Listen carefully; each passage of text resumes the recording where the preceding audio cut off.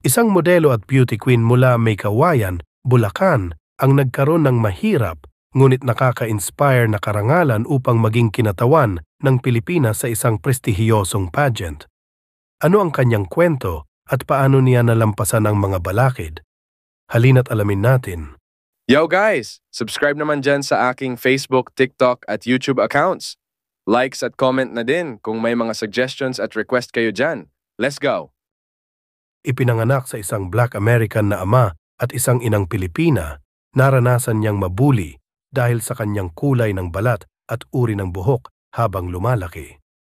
Matapos maghiwalay ang kanyang mga magulang noong 2000, muling nag-asawa ang kanyang ina. Ito ang kanyang naging support system niya. Ang mga kaibigan at kanyang pamilya na tumulong sa kanya upang tanggapin at maging proud sa kanyang sariling kagandahan at pagiging iba. Nag-start siyang pasukin ang pagiging modelo sa edad na 14 na siyang nagtustus sa kanyang pag-aaral ng kolehiyo kung saan kumuha siya ng kursong tourism. Sumasali siya sa mga beauty pageant at nagmodelo para sa mga popular magazine sa Pilipinas. Ang kanyang unang nasalihang major pageant ay ang Miss World Philippines 2017 kung saan naabot niya ang top 15. Ang kanyang ina ang naging malaking impluwensya at nagbigay ng lakas ng loob upang magtiwala siya at tanggapin ang sariling kagandahan. Sa kabila ng mga batikos at hamon, ay ipinagpatuloy pa rin niya ang kanyang pagkamit ng pangarap. Inadvocate niya ang edukasyon at pagiging positibo kung anong meron ka sa iyong sarili. Nakipagtulungan sa mga iba't ibang youth organization at unti-unting nakilala sa komunidad ng pageant. Noong February 2024 ay sumali siya sa Miss Universe Philippines kung saan pinahanga niya ang mga judges at ang mga manonood. Binigyang diin niya ang kanyang advokasya at ipinakita ang kanyang talento sa iba't ibang segment. Bagaman hindi niya napanalunan ang lahat ng mga online challenges, nakamit naman niya ang Miss Jojo Bragais Sponsor Award at umabante sa top 5.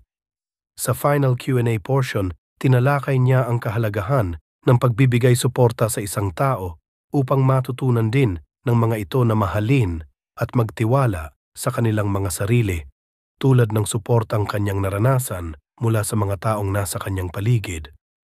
Ang kanyang talino at kagandahan ng loob ang naging dahilan kung bakit niya nakuha ang corona at naging unang Black Filipino na napiling kumatawan para sa bansa sa Miss Universe pageant. Ang historic victory na ito ay nagpapakita lang ng kanyang katatagan at determinasyon. Siya ang kakatawan para sa Pilipinas sa Miss Universe na gaganapin sa Mexico, nadala ang misyon at optimismo na madala niya pabalik sa bansa ang ika-5 titulo bilang pinakamaganda sa buong mundo. Siya ay ang ating reyna, Miss Universe Chelsea Manalo. Mahalagang matutunan mong mahalin ang iyong sarili.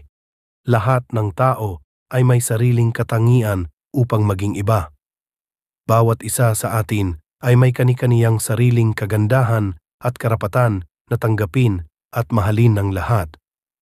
Hindi mo dapat kailanman ipagkait sa iyong sarili ang pagmamahal na dapat mong maramdaman. Sa pagtanggap sa iyong sarili, hindi mo kailanman kakailanganing magtago o mag-isa.